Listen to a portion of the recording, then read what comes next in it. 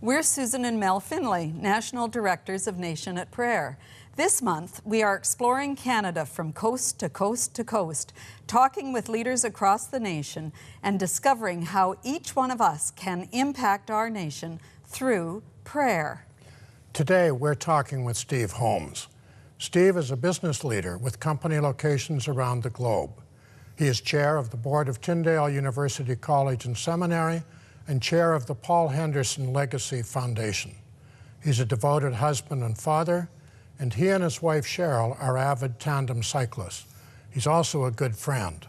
Welcome, Steve. Great to have you with us today. Great to be here. You clearly have a very full life. What motivates you? How do you do it? Well, it sounds scary when you read it like that, Mel.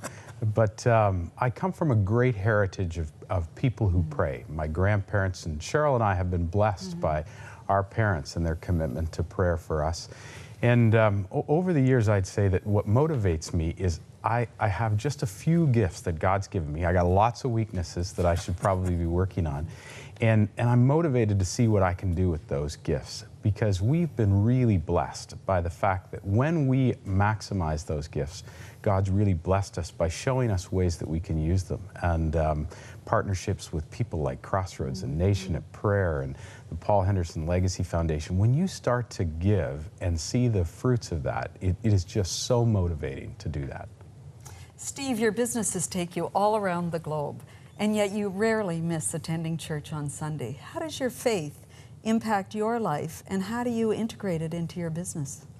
Well, first, I'm only as good as Christ who strengthens me, and it is often when those little weaknesses that I talked about, which are many, when they crop up, that I realize how dependent I am on Christ, and how dependent our businesses are on just prayer and focused on really being aware of how God impacts our group and our businesses. And we're in many cultures and many societies, and sometimes it's not about how we speak, it's about how we act. And so often I'm really aware about how I walk, sometimes in front, sometimes I have to walk beside, and sometimes I have to let others lead. But I have to do it in a way that enables them to see Christ through me. And the last thing I'd say is from an integration is the importance of prayer. And so I have great partners who pray for me. I get calls from Paul Henderson and John Wilkinson and Gary Nelson.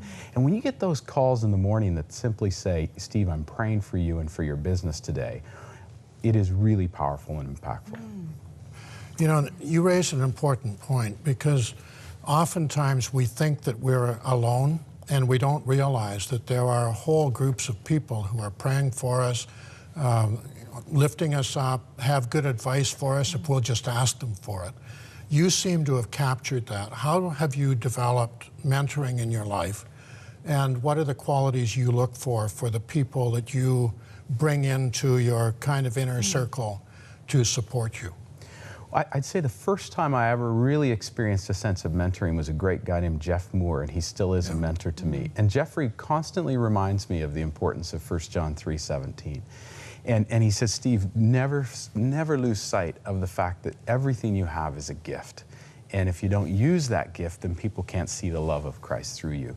And so then I look at other people who have mentored me in constantly reminding me of the importance of prayer and the importance of then impacting young people who I have the opportunity of shaping. And it's just really a joy. So you pass it on to the next generation? Well, I hope so. I mean, my involvement with both the Paul Henderson Legacy Foundation, raising up future leaders, as well as with Tyndale, are both ways that I am committed to young people. I think it's a generation that has been classified as being, people are concerned about technology, about how they're shaped. And for me, I just think it's a great opportunity for us to be able to impact and shape them. Yeah. Now, what are 2 or 3 things that you can suggest to people who are viewing that they could be praying for business people like yourself, or if they are business people themselves, what they could be praying for that would help them?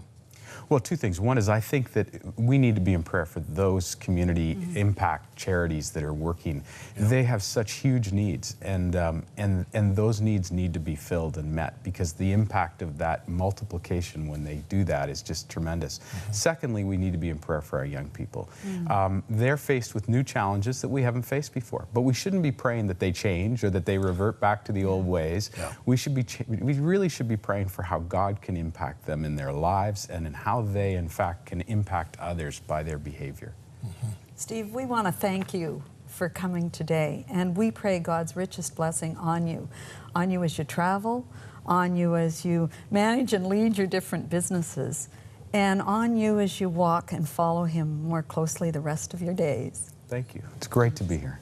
Well, we really appreciate, Steve, because you've got a balance that you have struck between business and volunteer leadership in various areas and family.